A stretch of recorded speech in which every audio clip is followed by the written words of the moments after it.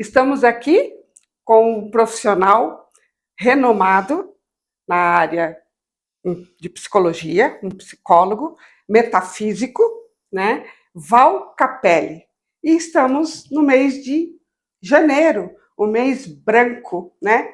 Nominado aí, e nós estamos aqui para falar da saúde mental com essa pessoa que entende muito desse assunto. Então, nós vamos a algumas perguntas para ele, para nós podermos alcançar a população e podermos orientar, dar informações, ajudar. Esse é o nosso papel na sociedade e um legado. Excelente, obrigado pelo convite, Lourdes. Muito amável, que seja um bate-papo gostoso, agradável com você, com quem nos assiste também. Como psicólogo, eu tenho uma especialidade que eu chamo metafísica da saúde. Então, quando você falou metafísico, é exatamente esse estudo sobre a saúde emocional relacionada ao corpo. Então, né, o mês de janeiro, janeiro branco, a saúde mental, é importantíssimo. Claro que nós temos as patologias mentais, ou seja, as doenças mentais, que geram uma série de distúrbios, mas também ser emocionalmente saudável. Porque às vezes a gente tem uma pessoa com problema mental na família, em casa, que a gente se relaciona. É importante saber que tem vários problemas de saúde como psicólogo. Eu lido muito com essa questão da saúde mental, como psicopatias. Transtornos, né, de ansiedade, transtornos mais diversos, e a saúde mental em si, que é muito importante a gente manter, porque se você descobre um problema mental e trata isso, né, nós temos, por exemplo, uma das coisas que as pessoas passam a vida toda e não percebem, alguns transtornos, como às vezes ela não tem uma boa conexão com a realidade, ela tem dificuldade de interação, tem um autismo leve, mas esse é percebido, às vezes ela não consegue uma boa conexão com a realidade, tem uma dislexia, e às vezes ela não descobre isso e sofre muito por isso. E se descobrisse, por isso que um janeiro branco, vamos cuidar da saúde mental, tem alguém com algum transtorno que pode ser diagnosticado, tratado, por quê? Para sofrer menos, tá? Mas além desses transtornos que a gente tem, que é mais acentuado, tem ser saudável emocionalmente.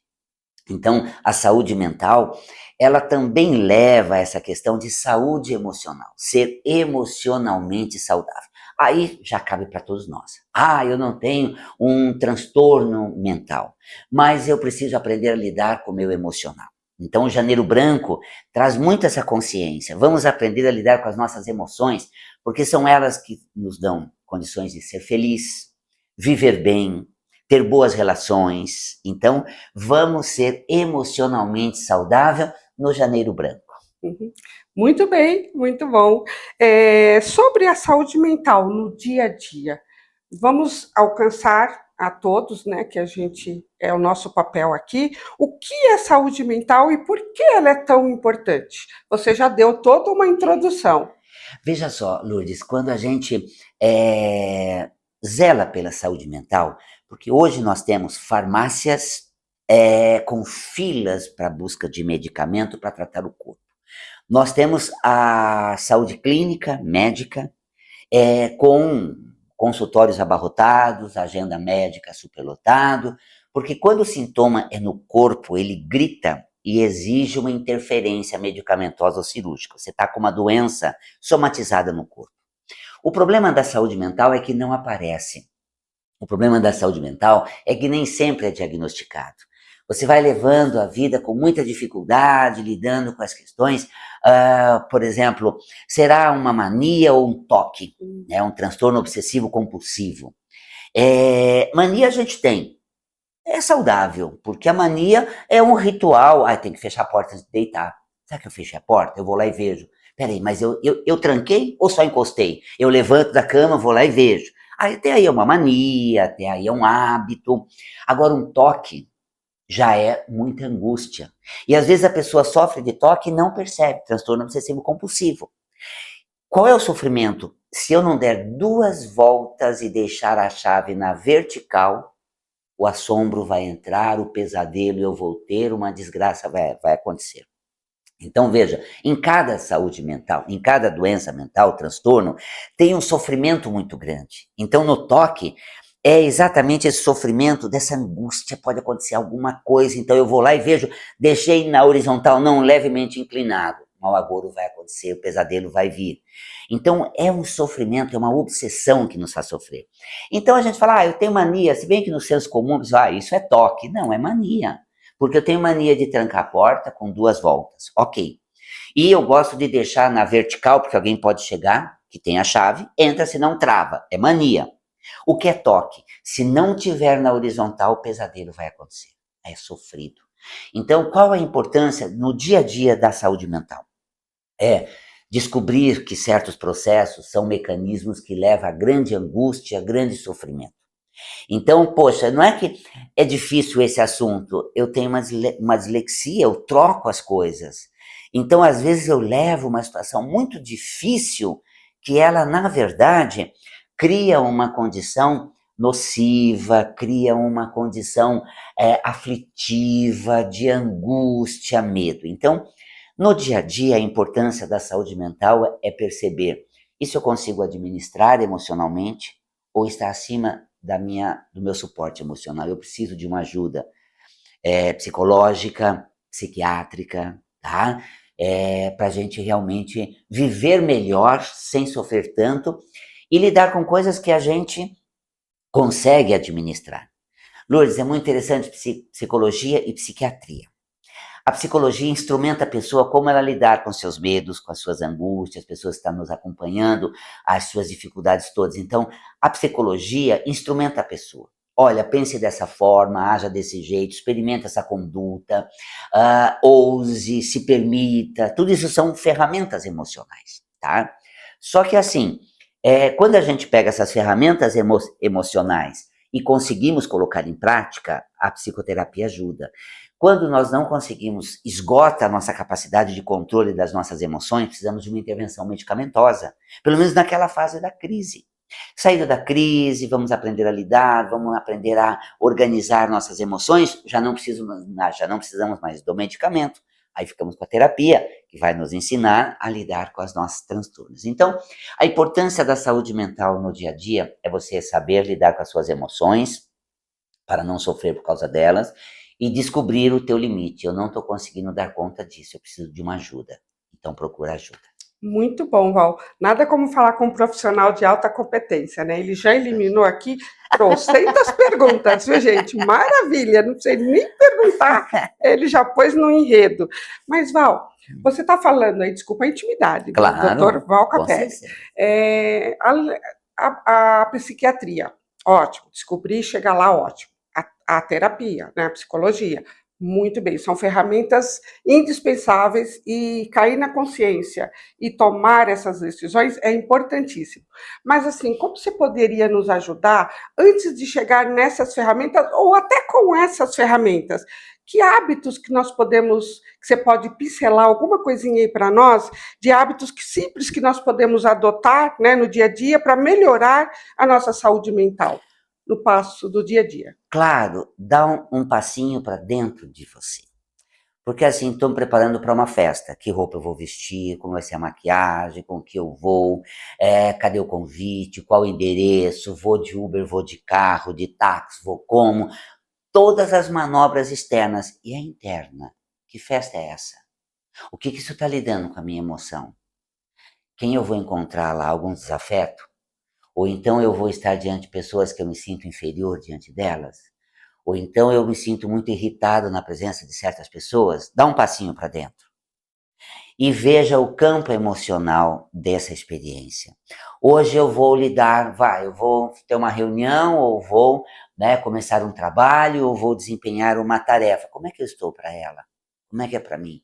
Eu estou com medo, eu estou inseguro. Não tem problema de eu estar tudo isso que é desconfortável, com medo, inseguro, com raiva. Não tem problema. Gente, eu estou me sentindo péssimo. Não tem problema eu me dar conta disso. Sabe, Lourdes, a gente nega a conexão com as nossas emoções, desvia isso e aí torna-se um problema. Ó, pegando a teoria da psicologia, a lá Freud, né? Tio Freud, ele disse assim: tudo que você nega, você guarda dentro de você e depois isso vem em forma de neurose.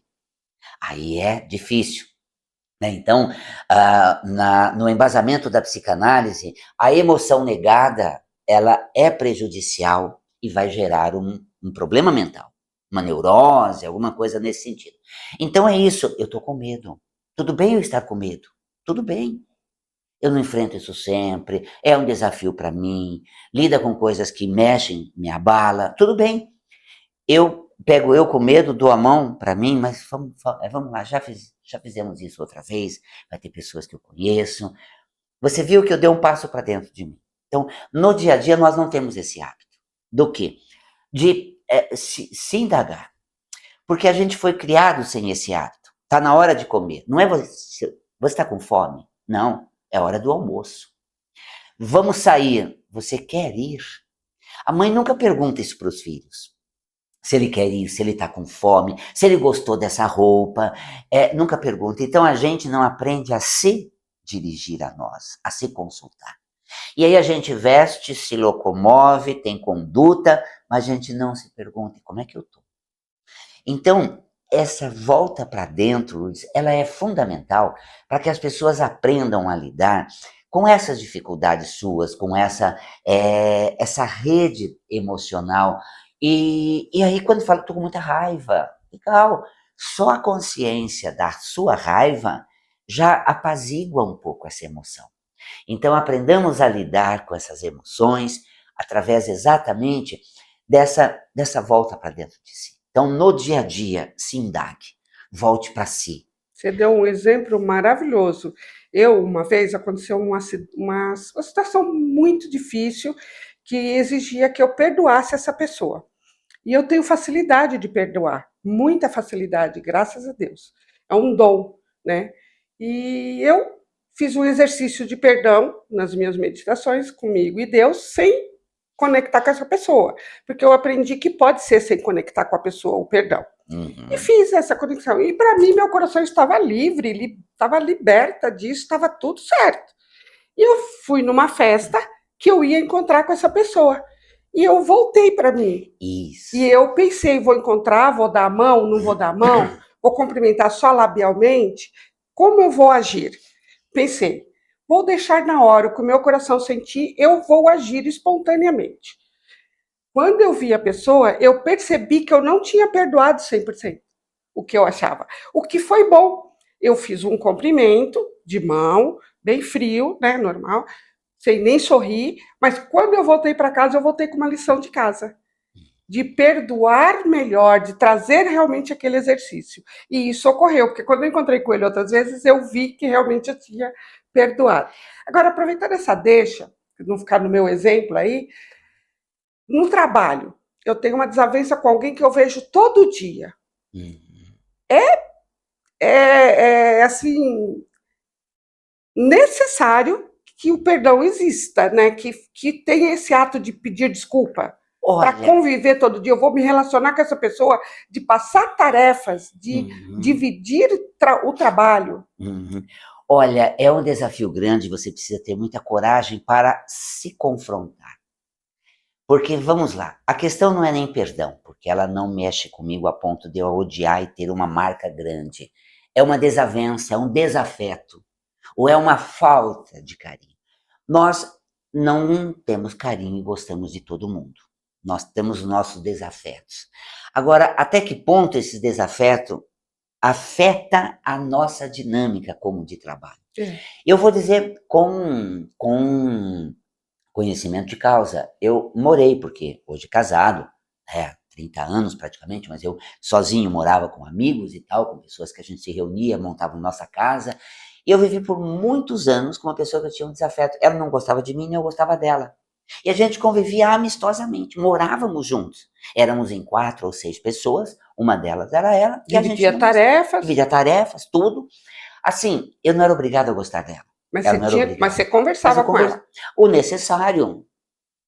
Eu deixei lá o arroz, tá na geladeira. Disse. Eu fiz tal coisa. Nem era um ataque e nem era um agrado. Era na questão. Então, eu trabalho com desafetos. Quando eu trabalho com desafetos, como é? Primeiro eu preciso entender por que aquela pessoa mexe muito comigo. O que mexe tanto? Quem ela me lembra? Essa é uma questão que a psicologia, quando a gente está fazendo uma terapia, lida com projeção. Ela mostra um lado meu que é muito difícil. Sabe? Ai, ela é muito tagarela, eu detesto isso. A tagarelice dela ficar falando pelos cotovelos, em vez de trabalhar, em vez de estar concentrada, tá tagarelando. Por que ela mexe tanto comigo? Quem eu tive de tagarelo que me azucrinava? Começa a vir. Essas coisas ela não faz. Isso, peço não faz, ela é displicente. E a minha displicência? Por que mexe tanto? Porque se ela não faz, ela vai ser cobrada, vai ser incriminada, no sentido de chamar a atenção. Problema dela. Então, uma das coisas é assim, isso mexe de alguma forma comigo. Quando a gente lida com isso em terapia, o que mexe tanto em mim? Porque é um lado meu, é algo que eu não aceito, não gosto em mim. Eu também tenho um pensamento super frenético e eu vejo ela tagarelando verbalmente. Então, a primeira coisa é ter coragem para me enfrentar e ver por que mexe tanto comigo. Porque até o fato de eu ter um desafeto com ela, de não ter uma gentileza, um carinho, faz parte. Às vezes tem pessoas que a gente não gosta tanto. Eu não gosto, não sou obrigado a gostar, mas também não preciso destratar e nem passar mal. Então, ok. Primeiro ponto é isso. Então, entra em você e vê por que mexe tanto. E você vai perceber. Que até isso que levou um conflito, às vezes. Um conflito, exatamente. Outra questão, que é talvez a mais comum. Ela está errada, ela não pode ser assim. Isso está muito errado, isso é absurdo. Eu quero consertá-la. Para que eu quero consertá-la? Para, ela não tem jeito mesmo, caso perdido. Nem é minha função. Sabe que eu, como psicólogo, é muito interessante. Eu digo, se tivesse no meu consultório, eu ia pegar na ferida. Mas eu nem faço isso, sabe por quê? Ela não está pagando sessão. Para que eu vou trabalhar sem ganhar a sessão? Mas não é só questão financeira, ela não está aberta a se trabalhar. Porque quando a pessoa vem para uma sessão comigo, não é que ela está pagando, ela está disponível a ser mexida. Aí eu vou na ferida dela. Mas ela quer que eu vá na ferida dela. Não porque ela é masoquista, mas porque ela sabe que alguma coisa não está dando certo na vida dela. Ela senta diante da terapia e fala, eu quero me trabalhar. Pois é, olha só o quanto você é egoísta, só pensou em você. Você olhou o lado da pessoa? Ai, é ruim mexer com isso, né? E na terapia até a gente fala assim, poxa, você paga para ouvir, né, o lado, as verdades, até o respeito, e você ainda paga para isso. Mas sabe por que você faz isso? Você paga para você ter abertura e querer mexer nisso. Você valoriza ser mexida, tá? E é uma coisa, claro, num set de terapia, isso não é passado, porque tem todo um sigilo. Eu costumo dizer assim, a coisa pior da pessoa é no set da terapia. E o melhor ela mostra no mundo. Então ela bomba na vida, é aquela pessoa de best. Mas o lado ruim dela, no sentido inseguro, baixa estima, de medo, vem no consultório. Eu costumo dizer assim, traz o pior para cá, porque o melhor você faz sucesso na vida. Então veja, retomando, a coisa mais comum, eu quero mudar ela, está errado. Está errado, Lourdes, não pode ser assim. É absurdo uma pessoa assim. Para de querer consertar os outros. Para de querer mudar os outros. Muitas vezes, parte do desafeto é querer mudar, é querer impor o ideal. É ter uma situação, gente, eu vivi com meu irmão que me incomodava muito por isso, eis que a história se repete com essa pessoa aqui trabalhando comigo. É uma desavença que eu tenho guardado, então eu preciso entrar nesse Ou ponto. com os pais, né? Com os pais, ela me lembra muito uma pessoa. É bom eu me trabalhar, tá vendo? A vida tá me trazendo, colocando ela na minha frente para eu me trabalhar. Então, duas coisas. Primeiro, tenha coragem de se encarar. Por que mexe tanto? Tá? Segundo, não queira mudar ninguém. A pessoa não está pedindo para ser mudada. Faz a tua parte. Val, hoje tem muito bem sintonizado exercício físico. Eles ajudam também na saúde emocional e mental? Também, muito, porque mente sã, corpo sã, né? Corpo saudável, mente agradável, mente tranquila. Então, exercitar o corpo é um estímulo para a sua emoção. Por exemplo, quando você faz exercício, você se sente capaz, competente, com vigor. Nós já sabemos dentro da neurociência que você produz, né, serotonina, as endorfinas, os hormônios, né, os neurotransmissores. A atividade física produz uma química de bem viver, uma química de bom astral. E, sobretudo, sabe, eu me sinto um fracote, um nada, inseguro, um nada a ver. Aí eu faço exercício, estou podendo, eu sinto a minha força. eu sinto o meu vigor, eu percebo a musculatura trabalhada, tá? Isso me dá mais segurança, melhora a minha estima. Então, tanto em nível de neurotransmissores, que a neurociência fala, produza, você faz atividade física, estimula a serotonina nos dá aquele estado de, né, felicidade, de animosidade, de prazer, de satisfação, tá? Nossa, eu fico assim, vidrado, feliz depois do exercício, é uma tendência de eu me sentir bem. Então, a atividade física faz bem para a mente, faz bem para a emoção, e neuroquimicamente também produz neurotransmissores da felicidade, né? Faz bem para tudo, né? Tudo, Tudo, né? tudo. Até Então, para dormir, para o sono, nossa. para a vida, né? Val, nós temos aí um inimigo nessa geração que nós estamos vivendo, nessa era da tecnologia que nós estamos passando, e as redes sociais têm mexido muito com a gente, né? Uhum. O excesso, tudo que é fora do equilíbrio, né? O excesso do uso das redes sociais, da tecnologia, do celular, tal, isso como você pode dar alguns dispositivos assim para que a gente tenha um equilíbrio para não afetar a nossa vida mental e Uhum. emocional? Você sabe que eu estudo a neurociência e esse é um tema prato cheio para a neurociência. Os vícios da internet, os vícios da rede social. E primeiro assim, quando eu sei que é vício? Porque Interessante. distrai muito bem, é um bom entretenimento. Quando eu sei que é vício? Tem alguns gatilhos quando eu sou tirado da rede social e fico irritado. Vem me ajudar a pôr a mesa. Droga, justo agora. Caramba! Quando eu tenho uma irritação pela abstinência, já acende uma luzinha amarela. Por exemplo, estou conversando com você e os sons estão ativados. Isso. Eu fico escutando. Também irrita, né? É, Quando você está viciado. veja só, dispersa, em primeiro lugar. Segundo, me irrita que você não para de falar, eu quero ver a rede social. Ai, Lourdes, para de falar. Ai, quem será? Chegou alguma coisa? Droga, acaba logo. Essa reunião que não acaba. Exatamente. Então, quando a irritação vem na interação social com o interlocutor, é mal. Claro, dispersa. Eu tô aqui, coloquei no modo avião, viu? Você vê, claro, tá no Um modo avião. dispositivo, né? Claro, modo avião não vai tocar. Então, o que acontece? Quando eu termino, tiro do modo avião, porque ele vai ficar buzinando. Então, quando a sinalização da rede social, ela dispersa, tira o sono, tira a qualidade do contato, tá? Tira a qualidade. Então, assim, tire o som ou deixa no modo avião, porque vai me dispersar. Agora, quando eu estou viciado, vai me irritar, estender sem que eu consulte ali.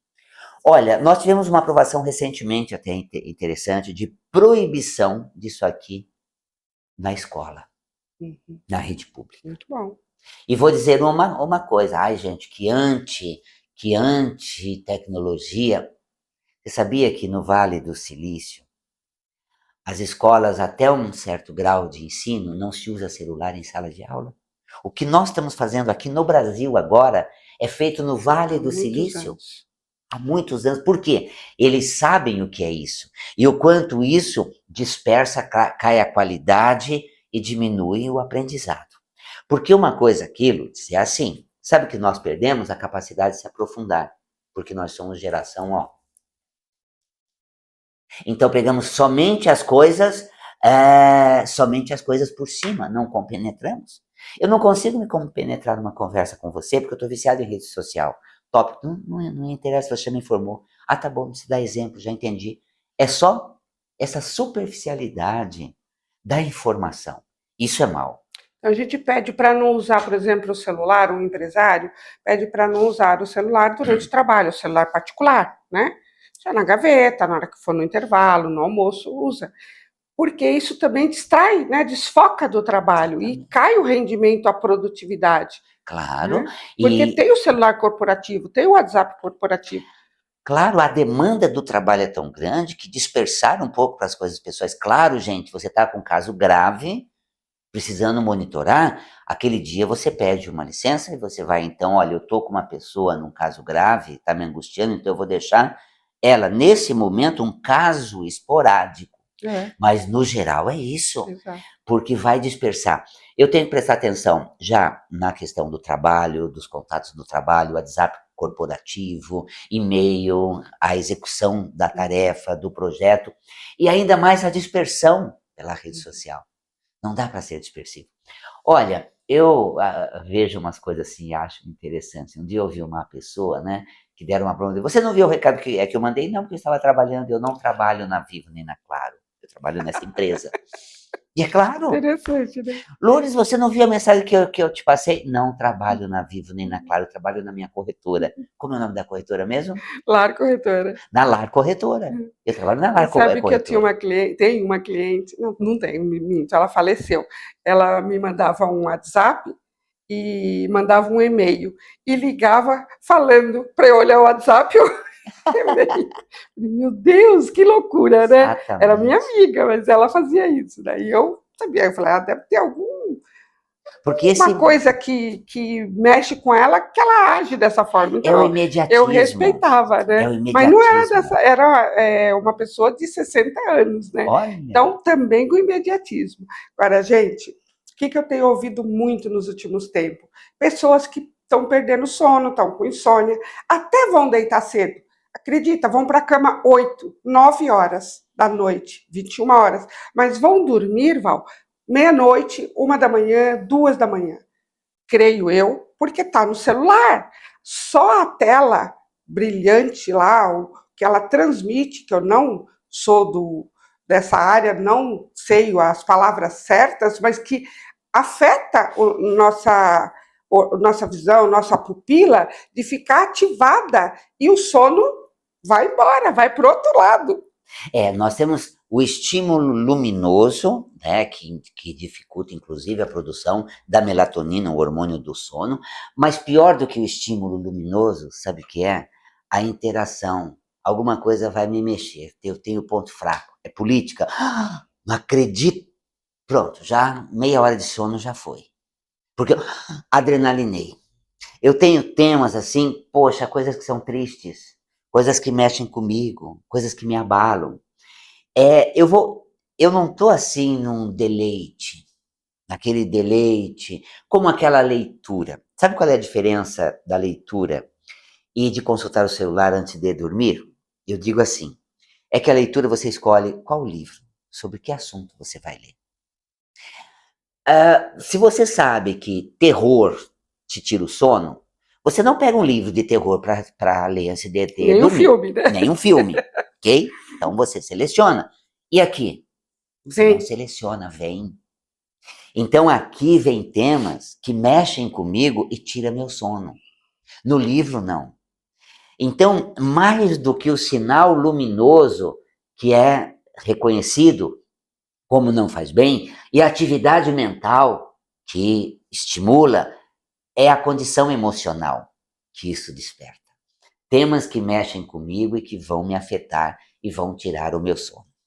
Ô Val, e como que funciona? Eu posso lidar com a síndrome de burnout? O burnout, então é a tradução que seria queimado, esgotamento. Isso é chamado estresse laboral, tá? Se eu tenho estresse, eu administro o meu estresse. O burnout é um local de trabalho doente, tá? A doença está na dinâmica de trabalho, tá? Não basta eu lidar com o meu estresse. Mostra que o local que eu trabalho é doentio. Burnout surgiu com estudos de enfermeiros lidando com pacientes terminais. É inútil qualquer questão. Síndrome de burnout nós encontramos em escolas públicas, que a demanda de trabalho é sobre-humana. Uma professora para 45 alunos, ela não consegue dar conta. É impossível. Então, assim, o local de trabalho adoece os seus colaboradores. É aquela história, eu vou sugar o máximo. Eu quero que nessas 6 horas eles dêem o que tem e o que não tem. E aí você cria dispositivos de trabalho que você adoece a equipe. As empresas falam assim, não tem problema deles adoecerem, eu troco a equipe. Isso é até mais barato, porque eu contrato novos, pagando menos. E aí eu sugo, quando eles ficarem doentes, eu demito e contrato outro. É meio desumano. E aí surge o estresse laboral, essa doença no trabalho, que é o burnout. Metas. Eu já trabalhei com pessoas entrando em burnout, que as metas eram assim, vinha na tela, bandeiras, gritando a meta. Você está a 45% da meta e lhe resta apenas 4 horas. Estourava isso na tela. Enlouquecia. Sabe como eu falei? Você tem que descaracterizar isso. Tá, eles funcionam assim, eles adoecem seus talentos. Mas se você adoecer, você vai ter afastamento psiquiátrico, você vai estar fora. E aí, o que fazer? A gente buscava técnica. Sabe o que eu fazia? Eu dizia à pessoa, eles não vão parar de fazer isso. Eles não estão nem aí se isso faz bem, faz mal. Eles têm esse método. Você não vai mudar a empresa, você tem que conviver com isso sem ficar doente. Eu pegava aquela língua de sogra, eu pego uma língua de sogra e põe em cima. Na hora que a bandeira tiver, você vem para dar uma descaracterizada. Não me faça isso diante do gestor, né? Que você está mostrando que aquilo é uma palhaçada. É para você dar uma aliviada. Que a pessoa entrava em surto praticamente. E ela começava a trabalhar o quê? Você não é obrigado a cumprir com todas as metas nesse risco. Então, o estresse laboral, a empresa é grande responsável por esse adoecimento. Metas impossíveis de ser alcançadas, objetivos sobre-humano e exigir demais, tá? Então, tudo bem, tem um funcionário estressado, que ele faz tudo com muito estresse. Ele não sabe lidar com o trabalho sem se estressar. É um problema dele, tem que lidar com o estresse dele. Mas a síndrome do burnout é porque a pessoa está num ambiente que adoece ela. A demanda é superior à capacidade dela responder ao trabalho. Estamos caminhando aqui para finalizar e ao último tópico, o apoio familiar. Como, né, vou ler aqui, como amigos e familiares podem apoiar alguém que está passando por dificuldades emocionais? E quais frases, atitudes nós devemos evitar ao tentar ajudar alguém com problemas de saúde mental? Então, como podemos apoiar e que frases a gente precisa evitar? Olha, primeiro, como apoiar, peça para falar. Como é que tá? Porque se a pessoa está com problema emocional, ela embute isso.